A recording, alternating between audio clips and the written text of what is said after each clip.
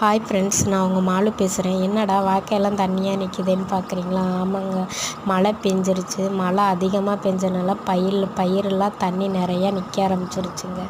பயிருக்கு தேவையான தண்ணியை விட அதிகமாக நிற்கிது.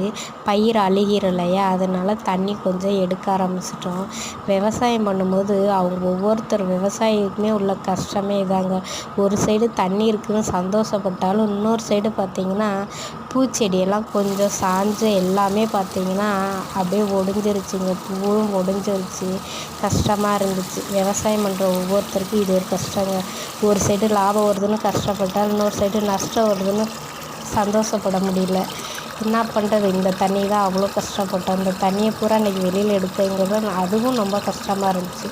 ஓகே ஃப்ரெண்ட்ஸ், பாய். நம்ம சேனல் பிடிச்சிருந்தா லைக் பண்ணுங்கள், ஷேர் பண்ணுங்கள், சப்ஸ்கிரைப் பண்ணுங்கள் ஃப்ரெண்ட்ஸ். Okay friends.